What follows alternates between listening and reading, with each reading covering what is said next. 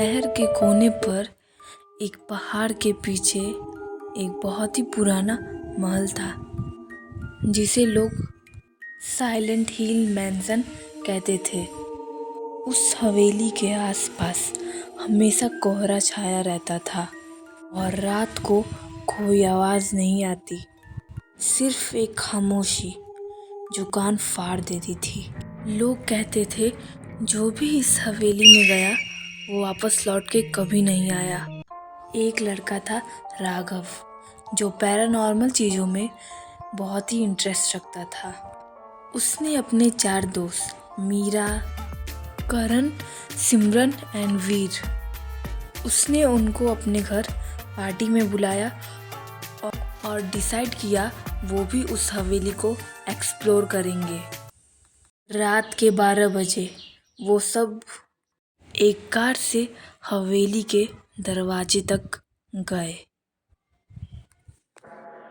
जैसे ही वो हवेली के पास पहुंचे, एक ठंडी हवा चलने लगी।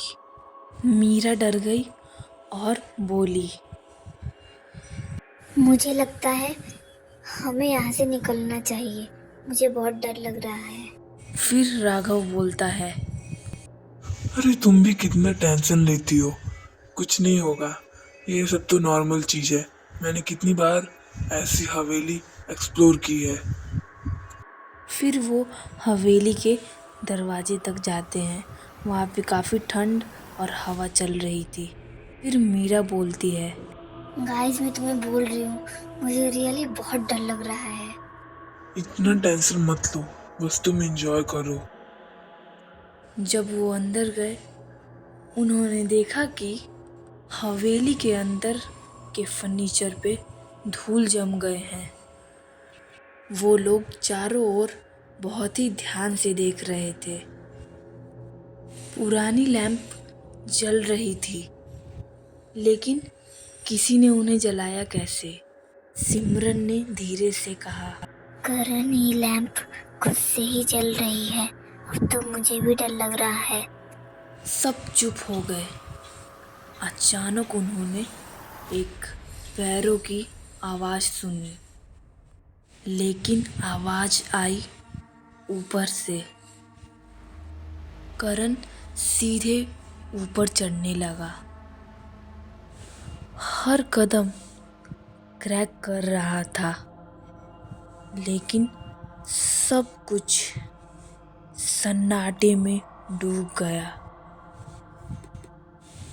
ऊपर पहुंचते ही उन्हें एक बड़े कॉरिडोर में 7 बंद कमरे दिखाई देते हैं।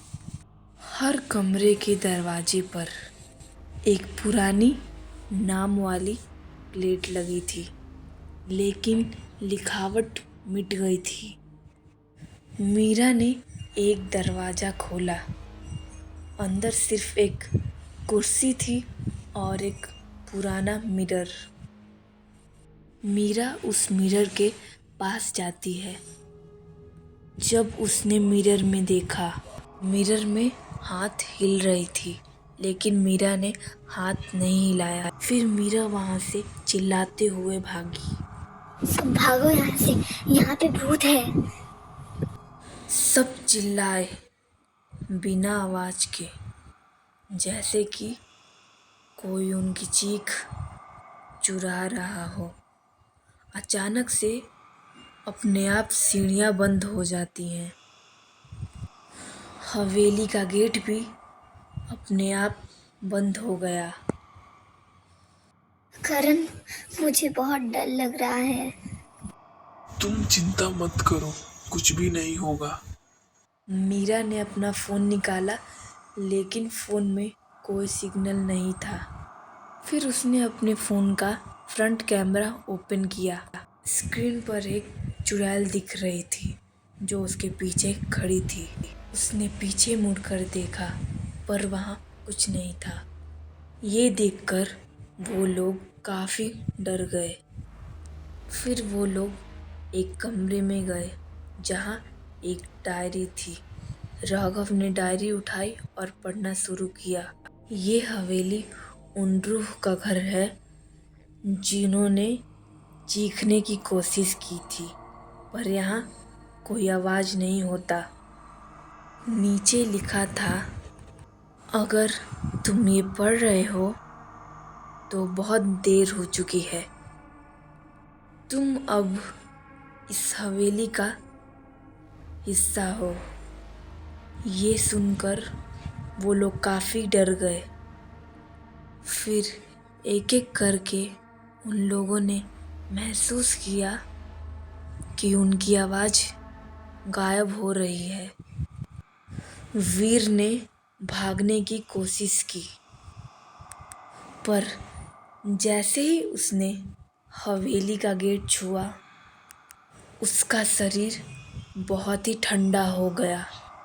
उसकी आंखें सफ़ेद हो गई और वो बस खामोशी में एक हवेली के कोने में खड़ा हो गया। एक एक करके सब लोग अंधेरे में समाप्त हो गए।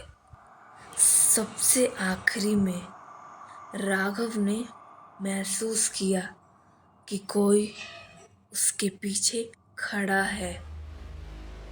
फिर वो धीरे से मुड़कर देखता है और उसने जैसे ही भूत को देखा, वो भी सबकी तरह अंधेरे में समाप्त हो गया।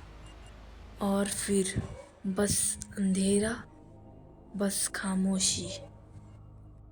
आज भी लोग कहते हैं, साइलेंट हिल मैंसन में रात को कोई आवाज़ नहीं होती। लोग रात में उस हवेली के आसपास जाने से भी डरते हैं। कहानी अच्छी लगी तो लाइक एंड सब्सक्राइब ज़रूर करना। Thanks for watching.